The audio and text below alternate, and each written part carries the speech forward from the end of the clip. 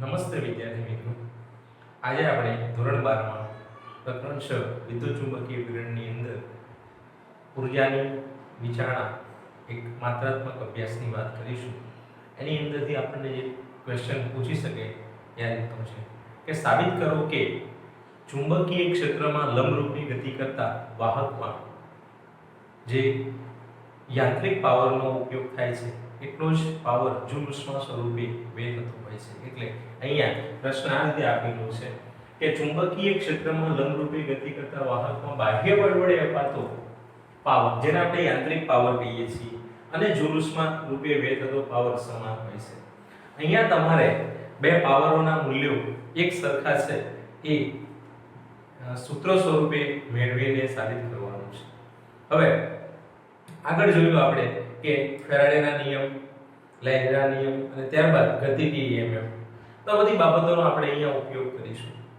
હવે સૌપ્રથમ તો આપણે અહીંયા આ જે પાવર છે એની ગણતરી કરવા માટે જૂલ ઉષ્મા સ્વરૂપે વ્યય થતો પાવર જે છે એ I² × R પરથી મળે એ આપણને ખબર છે. અને યાંત્રિક પાવર જે છે એ પાવર P = FV સમીકરણ પરથી મળે. તો હવે આના માટે આપણે આ જે આકૃતિ આપેલી છે એમાંથી બળ અને વિદ્યુત પ્રવાહનું સૂત્ર મેળવવું છે. તો આકૃતિનું પહેલા થોડું વર્ણન અહીંયા સમજી લઈએ કે અહીં એક ચુંબકીય ક્ષેત્ર બોર્ડને લંબરૂપે અંદરની દિશામાં છે જે સમાન રીતે વિતરિત થયેલું છે. એ સમાન ચુંબકીય ક્ષેત્ર B બોર્ડને લંબરૂપે અંદર તરફ છે, જેને આપણે ચોકડી વડે બતાવેલું છે. એની અંદર એક U આકારની ફ્રેમ રહેલી છે અને આ ફ્રેમ ઉપર એક સળિયો ઘર્ષણ રહિત સરકી શકે એવો એક PQ સળિયો રહેલો છે. આ રીતે છે. આ સળિયાને આપણે ઘર્ષણ રહિત ગતિ કરી શકે એ રીતે ગોઠવેલો છે. હવે આ જે સળિયો છે એ માની લઈએ કે એક પોઝિશન થી બીજી પોઝિશન ઉપર જાય છે, તો એ વખતે જે એની અંદર એનો વેગ છે એ વેગ મારે અચળ જાળવી રાખવો છે. હવે આ ધારો કે v વેગ છે. આ v વેગથી સળિયો ચુંબકીય ક્ષેત્રમાં ડાબી બાજુએ ગતિ કરીને જઈ રહ્યો છે. તો આના કારણે શું થશે એની ચર્ચા આપણે અગાઉ કરી હતી. તમને ખ્યાલ પણ છે કે આ ગતિ દરમિયાન q છેડો અને p છેડો જે છે એના ધ્રુવો આપણે મેળવી લાવ્યા હતા. તો અહીંયા p છેડો નેગેટિવ બનતો હતો, q છેડો પોઝિટિવ બનતો હતો. કેવી રીતે બનતો હતો તો ફરી એક વખત સમજી લઈએ કે વાહક સળિયો આ દિશામાં ગતિ કરતો હોય તો સળિયામાં રહેલા જે ઇલેક્ટ્રોન્સ છે, મુક્ત વિદ્યુતભાર વાહકો છે, એની ઉપર લોરેન્ઝ બળ લાગે છે અને આ લોરેન્ઝ બળના કારણે આની ગતિ સાથે તમે વિચારો તો F = qvb sin θ સૂત્ર પ્રમાણે આની ઉપર જે પોઝિટિવ વિદ્યુતભાર છે એના પર લાગતું જે બળ છે એ આપણને નીચેની દિશામાં મળે છે. અને માટે q છેડા ઉપર પોઝિટિવ અને p છેડા ઉપર નેગેટિવ ચાર્જ એકઠા થતા જોવા મળે છે. હવે આ જે ગતિ છે એ એક સરખી જાળવી રાખવી હોય અચળ વેગથી તો શું કરવું પડે? તો મિત્રો જેવો સળિયો આમ ગતિ કરવાનું ચાલુ કરશે એમ એની ઉપર એક બીજું બળ પણ લાગશે, જેની અગાઉ ચર્ચા પ્રકરણ 4 માં આવતી હતી કે ચુંબકીય ક્ષેત્રમાં રહેલા વિદ્યુત પ્રવાહ ધારિત તાર પર લાગતું બળ. કારણ કે અહીંયા જેવો આની ગતિ ચાલુ થશે આ રીતે એમ પરિપથ પૂરો થયેલો છે અને એની અંદર વીજ પ્રવાહ નિર્માણ પામેલો હશે.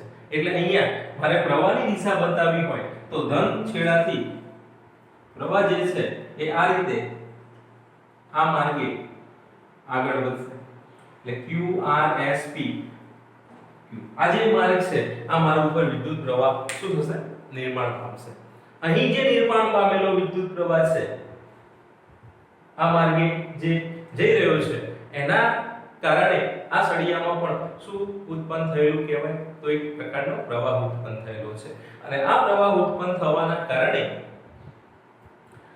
પ્રવાહ ધારિત સળિયો બની જાય છે, PQ સળિયો, અને એની ઉપર એક ફોર્સ લાગે છે અને એ ફોર્સ જે છે એની કેલ્ક્યુલેશન આપણે આ મુજબ કરીએ છીએ. F = I L × B.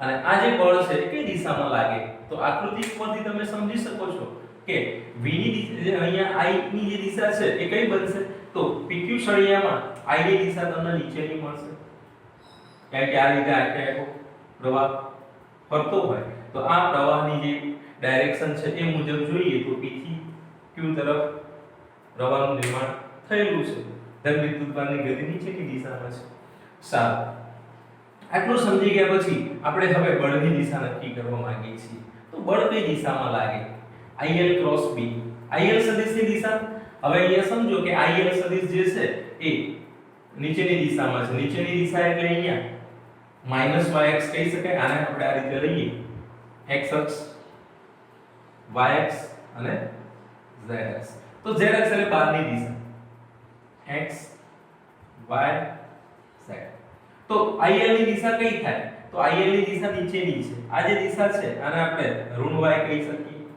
એટલે માઈનસ j કેરેટ લખાય ડાયરેક્શન માટે અને b સદિશ તમે જોઈ શકો છો કે b સદિશ કઈ રીતે છે તો b સદિશ બોર્ડને લંબરૂપે અંદર તરફ છે અંદર તરફની દિશા હોય તો એને શું કહેવાય તો -k કેરેટ અને j ક્રોસ k લઈશું તો k થશે માઈનસ માઈનસ નીકળી જશે તો બળની જે દિશા છે એ આપણને i કેરેટ ની દિશામાં મળશે અને i કેરેટ ની દિશા એટલે આ ડાયરેક્શન તો જે બળ છે એ આ દિશામાં લાગશે f મૂલ્યનું બળ આ દિશામાં લાગશે જ્યારે સળિયો v વેગથી ગતિ કરશે તો હવે જે બળ ચુંબકીય ક્ષેત્ર દ્વારા આ બાજુએ લાગે છે એટલું જ બળ એને આપણે આપતા રહેવું પડે તો સળિયાનો જે વેગ છે v એ અચળ જળવાઈ રહે અને આ રીતે v વેગ અચળ જાળવી રાખવું હોય તો આ બળ આપણે કઈ દિશામાં આપવું પડે આ જે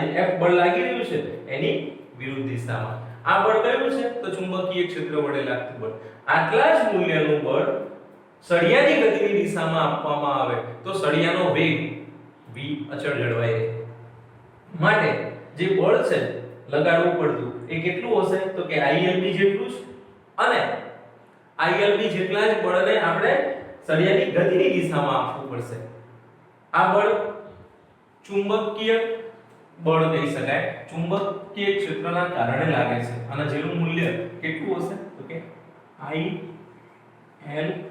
જેટલું બરાબર કારણ કે j ક્રોસ k કરશો એટલે i મળશે અને બળની દિશા મેં તમને અહીંયા બતાવી દીધી મૂલ્ય લઈશું તો ILB sin θ θ 90 બનશે 90 θ હોય તો આપણે એને લખવાની જરૂર નથી બરાબર તો આપણે અહીંયા F બરાબર ILB જેટલું ફોર્સ જે ચુંબકીય ક્ષેત્ર દ્વારા પ્રવાહ ચાલિત તાર પર લાગે છે એટલું જ બળ આ દિશામાં લગાડી તો બે બળો નીકળી જાય અને વેગ અચળ થઈ જાય માટે v વેગથી અચળ ગતિ કરાવી હોય તો આટલું બળ આપણે ઋણાક્ષ અક્ષની દિશામાં લગાડવું પડે એટલે અહીંયા બળનું સૂત્ર મળ્યું હવે પાવર શોધવો હોય તો કેવી રીતે શોધી શકાય તો યાંત્રિક પાવર આપણે જાણીએ છીએ કે યાંત્રિક પાવર જે છે એ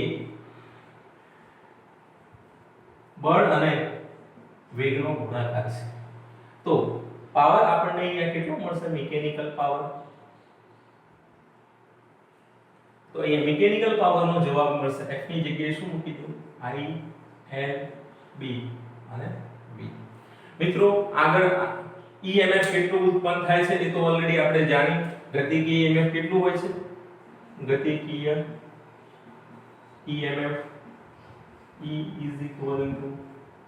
B L V અને therefore જે પ્રવાહ છે એ કેટલો ઉત્પન્ન થશે તો કે પ્રવાહ જે છે એ E/R રેઝિસ્ટન્સ હવે આ જે ગતિ થઈ રહી છે એ PQ સળિયા જોડે જ માત્ર અવરોધ છે આજે બાકીનો જે U આકારની ફ્રેમ છે એના જોડે કોઈ અવરોધ છે નહીં અને અવરોધ માત્ર જો આટલા જ વિસ્તારમાં હોય આ વાહક ભાગ જે છે એના જોડે રેઝિસ્ટન્સ ન હોય તો પરિપથનો કુલ અવરોધ પણ કેટલો થવાનો છે સ્મોલ r અને therefore અહીંયા પરિપથમાં ઉદ્ભવતો જે પ્રવાહ છે એ B L V by R થશે જ્યાં R એ PQ સળિયાનો અથવા વાહકનો અવરોધ છે. સારું, હવે આ કિંમત આની અંદર ભરી દઈએ તો મિકેનિકલ પાવર કેટલો મળ્યો? તો મિકેનિકલ પાવર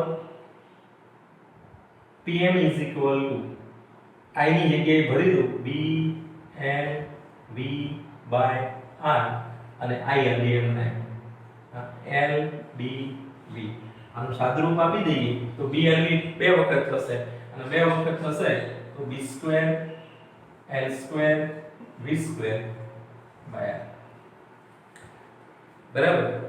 હવે આપણે જૂલ ઉષ્મા સ્વરૂપે વ્યય થતો પાવર મેળવવો છે. તો મિત્રો અહીંયા જૂલ ઉષ્મા સ્વરૂપે જે વ્યય થતો પાવર છે એ મેળવવાનું સૂત્ર ત્રીજા પ્રકરણમાં આપણે જોયું કે જૂલ ઉષ્મા જે છે એનું સૂત્ર I square RT. I square RT. T એ સમય બતાવે છે, R એ અવરોધ બતાવે છે, I એ પ્રવાહ બતાવે છે. તો અહીં જૂલ ઉષ્મા સ્વરૂપે વ્યય થતો પાવર કેટલો થશે? પાવર જૂલ ઉષ્મા સ્વરૂપે એને આપણે PJ કહી દઈએ. તો PJ અહીંયા I2R થશે કારણ કે પ્રતિ સેકન્ડે જે ઊર્જા વ્યય પામે તો T બરાબર 1 આવી જશે, T બરાબર 1 લઈ લઈએ તો I2R એ પાવર બનશે. તો આની અંદર I ની કિંમત ભરી દઈએ. I ની કિંમત ઓલરેડી આપણે મેળવી લાયેલા છીએ. તો PJ B square L square V square by R square into R. અને આનું સાદુરૂપ આપીશું તો એક R નીચે નીકળી જશે R સાથે. તો આવો જવાબ મળ્યો V square L square V square by R. હવે તમે જોઈ શકો છો કે મિકેનિકલ પાવર એટલે આપણે બાહ્ય બળ વડે અપાતો પાવર જેને આપણે મિકેનિકલ પાવર યાંત્રિક પાવર તરીકે ઓળખીએ છીએ અને જૂલ ઉષ્મા સ્વરૂપે વ્યય થતો પાવર બંનેના સૂત્રો સમીકરણ આના એક કહી દઈએ અને આના બે કહી દઈએ. સમીકરણ 1 અને સમીકરણ 2 પરથી શું લખી શકાય? Pm Pj. જ્યારે સાબિત કર્યું છે. બરાબર. તો આ રીતે બે ગુણની અંદર પ્રશ્ન પૂછી શકે છે. હવે આનું થોડુંક વર્ણન તમારે લખી સીધું પ્રવાહનું સૂત્ર લખી દેવાનું છે. આપણે સમજાવવાનું નથી અને બળનું સમીકરણ પણ આ રીતે લખવાનું છે. લખીશું કે આટલું જ બળ અચળ વેગ v જાળવી રાખવા માટે સળિયાની ગતિની દિશામાં આપવું પડે છે. બરાબર. એટલે F અને FV ઉપરથી મિકેનિકલ પાવર મળી જશે. તમને અહીંયા થોડુંક આગળના પ્રકરણોની માહિતી હોય તો તમારા માટે આ પ્રશ્ન જે છે એટલો અઘરો બનતો નથી. બરાબર. તો પ્રકરણ 3 નો ઉપયોગ કર્યો અને આ જે સૂત્ર છે આપણે જે મિકેનિકલ પાવરનું P બરાબર FV એ ધોરણ 11 માં આવતું હતું. ચાક ગતિનું જે પ્રકરણ ભણે ને એ વખતે આપણે એની ચર્ચા કરી હતી. કાર્ય ઊર્જા અને પાવરનું જે ચેપ્ટર આવતું હતું એમાં આપણે આ સમીકરણ મેળવી લાયા હતા. તો આપણે ચાક ગતિ વખતે આ જે સમીકરણ છે એ F * V ની જગ્યાએ 2 * θ માં મેળવી લાયા હતા. યાદ કરજો. જેની અંદર 2 * θ ઉપરથી આપણે કાર્ય શોધતા હતા. W બરાબર 2 * θ. તો અહીંયા પણ વર્ક જ કરેલું છે. એ વર્ક જે છે એ અહીંયા આપણને પાવર સ્વરૂપે પ્રતિ સેકન્ડે ખર્ચીએ છીએ એટલે મળે છે. તો આ રીતે આ પ્રશ્ન અહીંયા પૂરો થઈ જાય છે. હવે અહીંયા થોડુંક બીજું એક્સ્ટ્રા આપેલી છે આના ઉપરથી વધારાની માહિતી કે આપણે જે EMF ઉત્પન્ન થાય છે એ EMF ના બે સમીકરણ બનાવીએ અને એ સમીકરણો જે છે એને સરખાઈ પ્રેરિત વિદ્યુત ભારનો અહીંયા એક નાનકડો કન્સેપ્ટ આપણે મેળવવો છે. તો અહીંયા સમજીએ કે પ્રેરિત વિદ્યુત ભાર જે છે એ કેવી રીતે મળી શકે. બહુ સામાન્ય બાબત છે. જો તમે સૂત્રો જાણતા હોય તો એને તમે આ રીતે મેળવી શકો છો. EMF E - delta phi by delta t.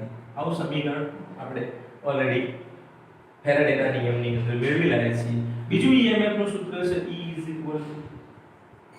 I × R.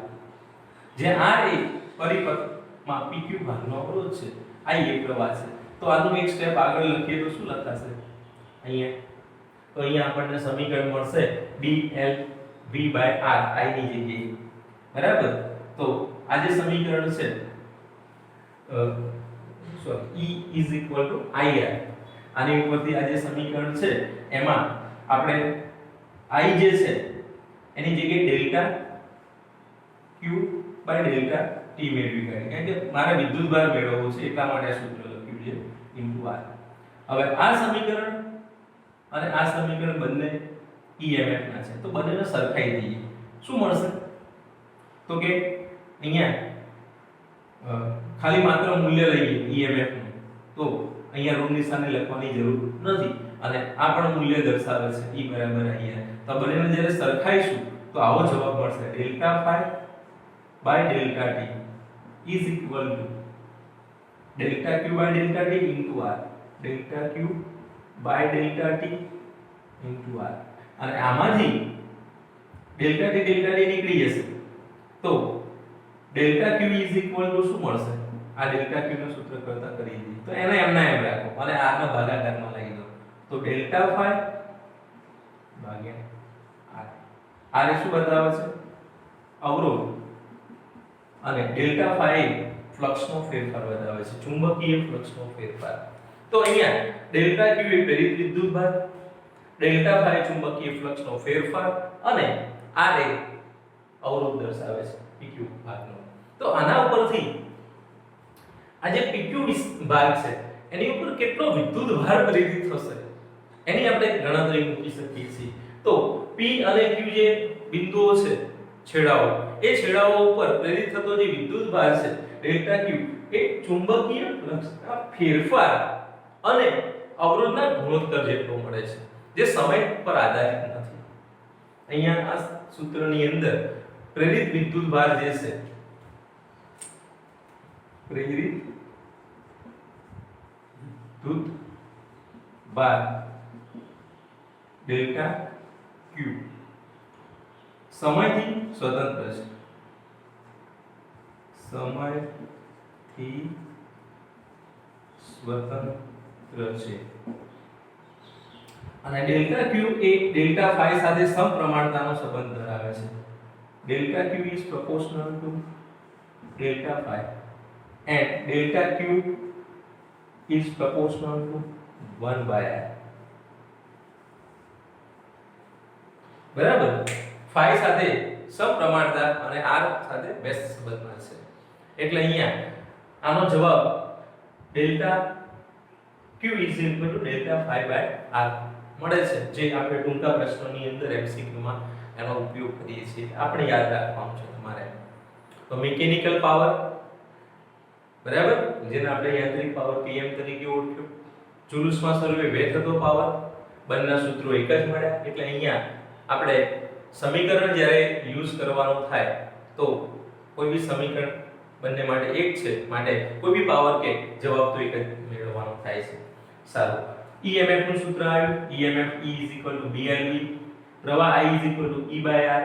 તો એ સમીકરણ થોડુંક આગળ જે BLV by R સ્વરૂપે યાદ રાખવાનું છે. આટલા સૂત્રો યાદ રાખી લો તો આના ઉપરથી એક ઉદાહરણ આપેલું છે, એ ઉદાહરણની આપણે અહીંયા સમજ મેળવીએ. જોઈએ મિત્રો, 6.7 નંબરનું જે ઉદાહરણ આપેલું છે એની રકમ આ મુજબ આપેલી છે. 0.5 મીટર લંબાઈના ધાતુના 10 આરા ધરાવતું એક સ્થળ પર પૃથ્વીના ચુંબકીય ક્ષેત્રના સંકિત ઘટક He ને લંબ એવા સમતલમાં 120 રિવોલ્યુશન પર મિનિટની ઝડપે ફરે છે. આ એક ચક્ર છે જે આ રીતે ભ્રમણ કરે છે 120 રિવોલ્યુશન પર મિનિટની ઝડપે. હવે આ જે ભ્રમણ થઈ રહ્યું છે એ કેવી રીતે છે? તો ચુંબકીય ક્ષેત્રના ઘટકને લંબ રૂપે છે. એટલે ઉર્ધ્વ સમતલમાં મૂકીએ તો સંકિત જે ઘટક છે પૃથ્વીનો એ એના લંબ રૂપે આ રીતે ચક્ર છે અને જે આ રીતે ભ્રમણ કરી રહ્યું છે. આ સ્થાન પર He 0.4 ગોસ છે. એટલે અહીંયા ચુંબકીય ક્ષેત્ર આપી દીધેલું છે અને વ્હીલના રિમ વચ્ચે પ્રેરિત EMF શોધવાનું કીધું છે. ધરી એટલે આ અને આ જે પરિઘ છે રિંગનો એની વચ્ચે EMF કેટલું હશે? એક ગોસ બરાબર 10 - 4 s આલો.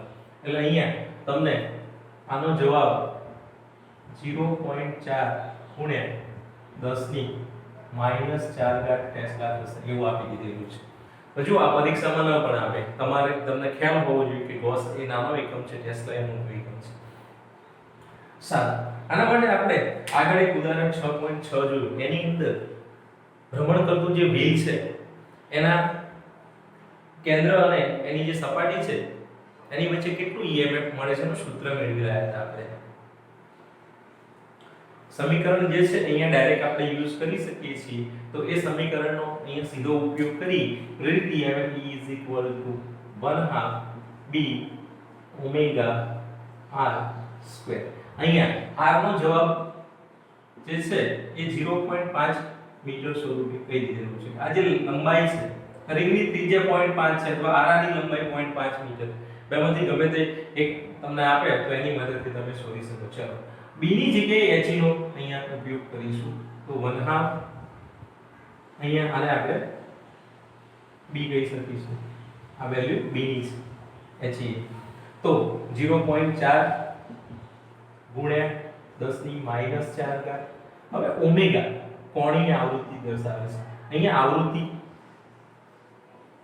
રિવોલ્યુશન પર મિનિટમાં આપેલી છે. તો ઓમેગા નો જવાબ શું થશે? તો ઓમેગા = 120 રિવોલ્યુશન એટલે 2π રેડિયન અને મિનિટની જગ્યાએ 60 સેકન્ડ.